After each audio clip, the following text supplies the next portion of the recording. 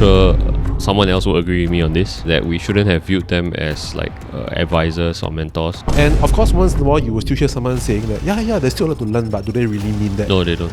I allow myself to agree with like the majority. It's to the point that I've been to jail. Not prison, but jail. Hello everyone, this is Andric from This Content, and today we are doing the first episode, actually for the third time. I'm just gonna wing it, I don't want to hide that we are doing this for the third time, because the first time, sound wasn't recording. The second time, one of the cameras overheated, so this is the third time. We are actually 2 hours in already at this point. So, sorry you won't get to see the original recording where we actually did talk about a lot of juicy stuff. I will try my best to skew it back to what it was, but doesn't matter lah. From the get-go, this episode is, this whole series is supposed to be casual anyway. I did mention in the epilogue episode that I do want to have the very first episode to be with one of my good friends, Basil, who now runs a company called Playbox Studios. I don't have to ask anyone because I already asked just now. Basil has been in this industry for how long now? This is 2023, right? Yeah. So 11 years. 11 years. Yeah. You started when? Professionally? Yeah. Like, meaning that when your company officially incorporated? Well, I mean the previous company lah. Yeah. I mean that included lah. Yeah. For me it's 12. Right? So same thing, previous company no, but to this company. You 21 and 22 leh. Yeah lah. So same number of years leh. 12 ma. If you count this year, it's 12 ma. Then it's 12 lah. 12 I didn't count this year lah. So me and Basil have been in the industry for about 12 years. Yeah. He is now running a company called Playbox Studios. And what does Playbox Studios mostly do? I mean media content production. We also do IP development. Obviously, not gonna say much about that. Yeah, but, don't. It's not time to review yet, well, even though I know. I mean, we also do like 3D printing. Cool. Yeah, that's it lah. Mostly media content production, like bread and butter stuff, right? But the main point of today's interview, specifically with you alone, because I know that in Playbox you have a partner, but today is not a Playbox episode. At least this one is not a Playbox episode. This one is just for me and for the people out there who might be watching this video right now to get to know you individually as a person. Plus, I kind of didn't know how you started also. But before we go into that, I mean, we can reminisce a bit about how we became friends. I think we knew each other 15, 16, 17 years ago at least, before I went NS lah. Before I also went NS. I went NS when I was 19. So I knew you at least a year before, so when I was 18, when I was in my ITE days. Yeah. That was how I know W. And then he introduced me to you guys because he was part of your team. Yeah. And he introduced me to Tokusatsu. Yeah. And that's how I knew that you guys love Toku, love filming, and you combined it. Yeah. So, but in between, we didn't contact for a couple, I think more than... No, it's at least a decade, dude. So we officially reconnected when in 2020, the COVID year, where you were doing NDP, and we accidentally bumped into each other right outside Funan. Yeah. So I messaged you on IG and we reconnected from there. Yeah. We had our first dinner at Siglap McDonald's. Siglap McDonald's. No, right. Subway? Siglap Center. Right. Yeah. Subway. Yeah, so because that time you were staying at Siglap. Yeah. So we had our first dinner there. I think we had one more dinner after, or at least 2 more. I can't remember how many, but we sat down for hours just catching up. Then after a while, I forgot, was it you or was it me that came up with the idea? Why not let's ask him along? Because we met enough times and talk about the past. We reminisce enough to be like, and we are on the same page that, hey, all this shit happened in the past. Let's let it go. We are adults now, and let's see who we can connect with again. Yeah. And for some reason, Kim was the first name that came up. Yeah. And we met him at Hans. Was it Hans? Yeah. Kaplan, right? Yeah. Wilkie Edge. Yeah. Kaplan. Yeah, so we met Hans. Kim at Hans at Wilkie Edge. Yeah. Oh, was it Subway also? I can't remember. No, I don't think so. Cannot be. No. Yeah. We met Kim again at he might Hans remember differently lah, but yeah. Then after that, we started to get closer, and we even moved on to doing podcasts together. Yeah. So that's more or less our history. A very quick 5-minute recap for anyone who doesn't know. In the first recording, it was way longer lah. I'm gonna shorten all that shit down. Yeah. Okay, so the main point of this is just for you to share your experiences as an individual entrepreneur, whether you were in a company with partners or not.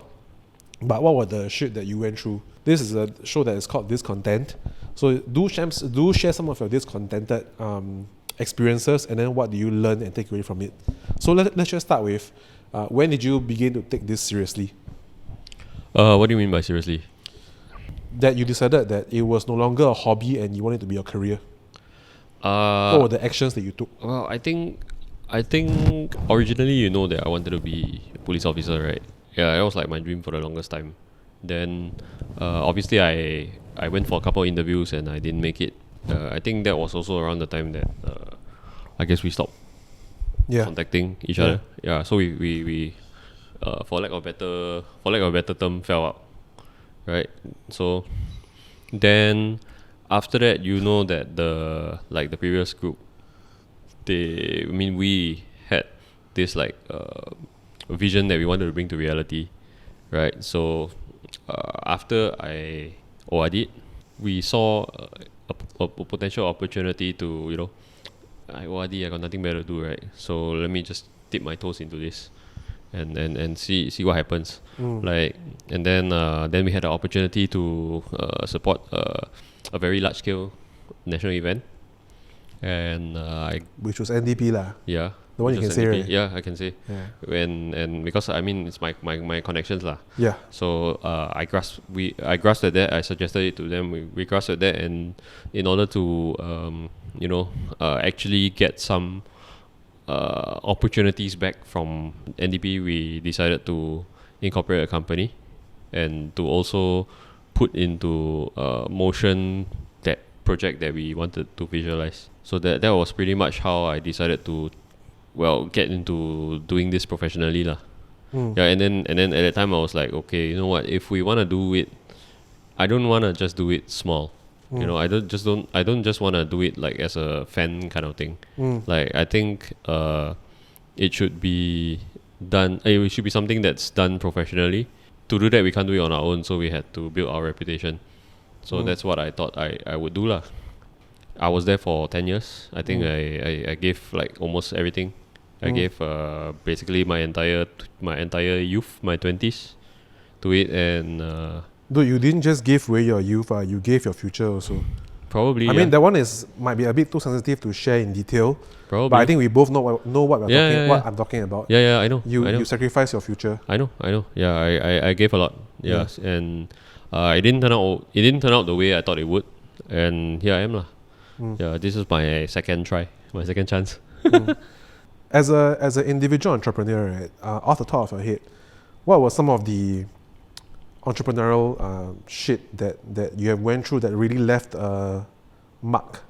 Like looking back, one of the things that I feel like I didn't do properly was maybe it was because of youth, maybe because of inexperience, but I think one of the things that I didn't do properly was set the tone for the company moving forward.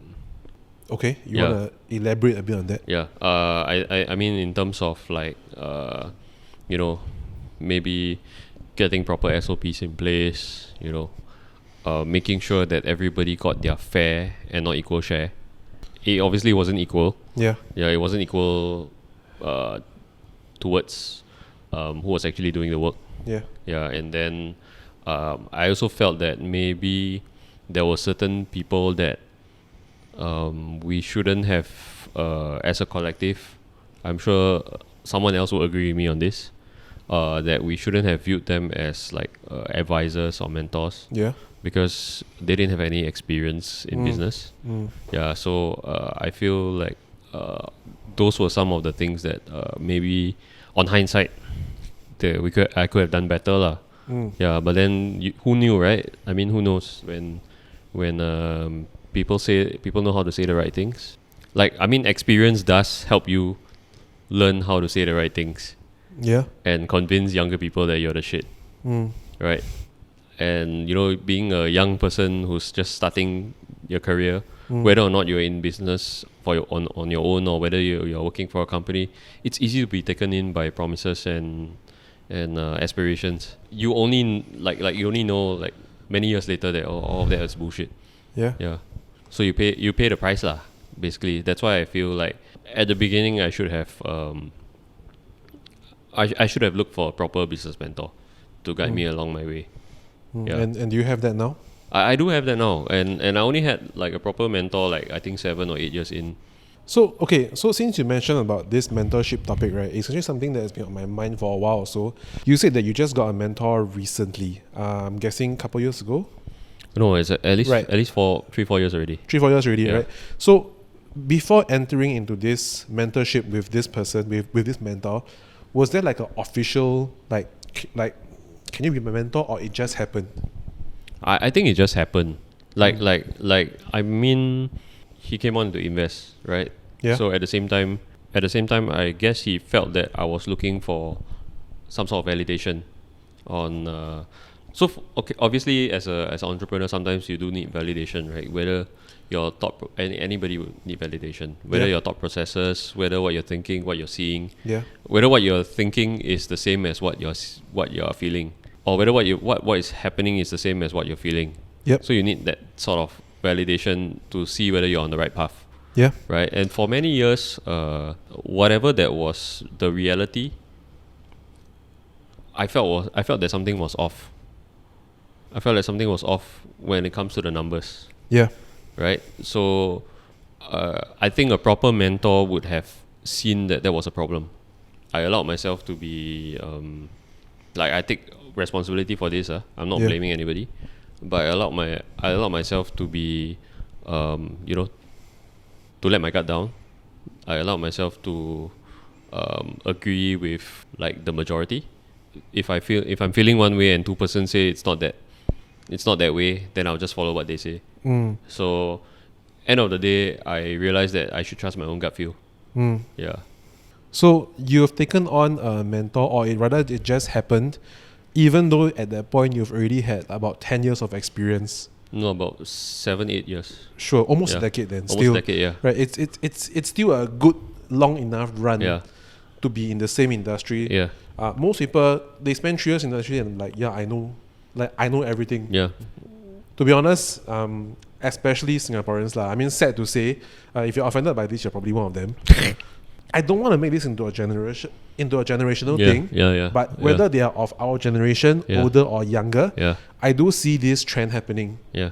This similarity in mindset Yeah. that crosses all generations. Yeah. Where if they stay at a job a couple of years, they think that they know everything Yeah. already. Yeah. You know? And of course, once in a while, you will still hear someone saying that, yeah, there's still a lot to learn, but do they really mean that? No, they don't. They don't. Yeah. They Most of the genuinely time, don't. I mean, I feel do like have they to say, even myself, I've been in this, Yeah. as we established for about 12 years. I know that there's still things to learn. I'm more selective with who I learn from. Yeah. This might sound very like rude lah, but if today someone in the industry, someone who's only been in the industry for 3 to 5 years, comes and tell me something, I might not listen. Right. So for this particular question, I don't know whether is it a generational thing, but I do feel that at least for me, if you don't have the same amount of years spent in the industry as I have, I don't feel a need to listen to everything you say. I will listen maybe, but I don't have to heed. Like I don't have to heed your advice for real. I don't have to put it into action. That in and of itself, if you apply that to everything, is toxic. But if you apply that selectively, it's can it be said as experience? Well, I think you should apply selectively what people who spend more time in the industry tells you. Okay. Yeah, cause like sometimes whatever people experience and whatever advice they give may not apply to you. Yeah. Yeah. So I listen to I try to listen to I try to listen 360. Right? Yeah. But I don't need to hit everything. Yeah. Yeah. Same It thing doesn't lah. matter whether they are 1 year, 2 years. I think I can learn from people who have been in the industry for that short time. I still think it's possible. I do agree that Yeah. there are things to be learned, even if it's someone like totally brand new, because someone who enters an industry with passion and fresh eyes definitely would have a fresh perspective, Yeah. but it might not apply to what I'm already doing. Yeah. Especially for people like us, where we have a specific set of clients Yeah. who expect a certain standard from us. Yeah. The formula is already there. Yeah. It tweaks a little from case to case, but it's more or less there. The company has its style already, and it's not that we don't want to take in your advice. Just that us as the people running the business, us the people who talk to the client directly, we know what the client wants already. If not, they wouldn't find us. Yeah. Right? Just take me for example. I do real estate videos for a living. I churn out to about 10 videos a week. 10 is quite insane. Yeah. Right?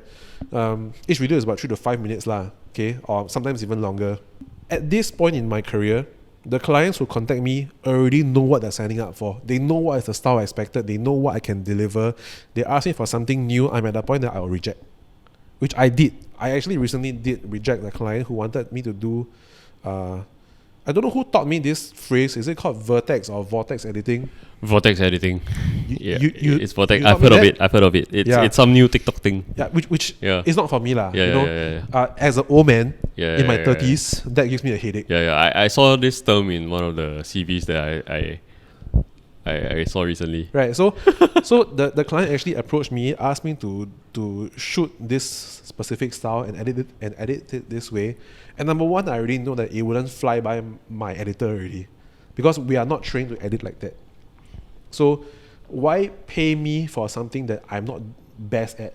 You know, I told my client no lah. I told him that whatever that all my clients pay, I know I can deliver already. That's why you are paying me. That's the only thing. You don't go to McDonald's and ask them to cook you pad thai. Okay, let's keep going on about mentorship then. Okay. So how's your journey now? Because I also hear that you are hiring someone, like you're in the midst of, or actually close to the tail end of hiring someone already. Yeah. What's the experience like, and do you see yourself as a mentor to me? I'm already technically kind of a mentor to my current co-founder. I mean, he say one, not I say. With the current generation, much more submersed in the woke culture, where things are a bit more sensitive. And I'm not saying that people of our generation are not. We are actually in the middle between the new generation, We are the sandwich generation and the older generation, where they don't believe in mental health. Yeah. If you not happy at work, just tahan because they got family to feed. Yeah. Right? But we are sandwiched. So we learn from the past, we learn from the future. And I think for a lot of us, myself included, is where it's not my strong suit. I don't know when to apply which technique. And sometimes it fucks me up quite badly, and I lose employees lah.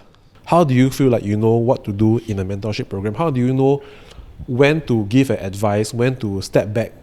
I think as much as IQ is very important for a mentor, EQ is also very important. I mean, it's the same as a relationship, right? You need to know how to feel what your partner is thinking. Yeah, feel that like feel the energy and get a sensing of like whether this is a something you need to step in or not, or you just let them make the mistake and come to you. Yeah. So I think you need to have a good gauge of that kind of thing. And I think that's the problem that I face. So I don't know when is a good gauge. I tend to want to prevent the mistake from happening, to catch the person before they fall. Yeah. But sometimes they don't want to record. Yeah, so like I think that's the part that I struggled with the most. I guess after two experiences, I'm a bit more aware now. But at the same time, because of whatever that's happening in my future, which I don't want to share on camera right now, but I'm thinking of possibly just not hiring anymore. Just toughing it out alone, and then go through the change. Yeah. No, I not sex change. I just have to say it very clearly. Okay. I guess at some point I would review it lah, but not so soon. Yeah. I mean, it's a lot of understanding how people work and how they think. And yeah, but everyone's a different profile. Of course, so you have to learn how to assess their profile. You know where I thought I fell short?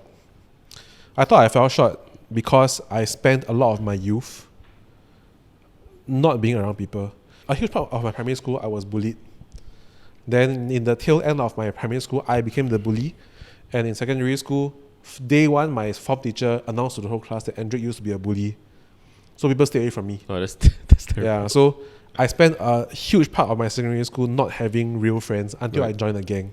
Right. And gang friends are not friends. They're not friends. They're not friends. Yeah. I mean, they feel like it when you were younger, but they are not friends. They're not friends. It's to the point that I've been to jail. Not prison, but jail. The lockup. Lockup. My mom had to come and bail me up for $2,000. My point is, I didn't spend a lot of time hanging around people, learning how to work with people. I can honestly touch my heart and say that in the last 2 years, with anybody that has joined me, whether it's a partner or an intern or an employee, I've done my best. I really done my best. I have lost sleep over it. I might have even shed a tear over it, to be honest. Yeah.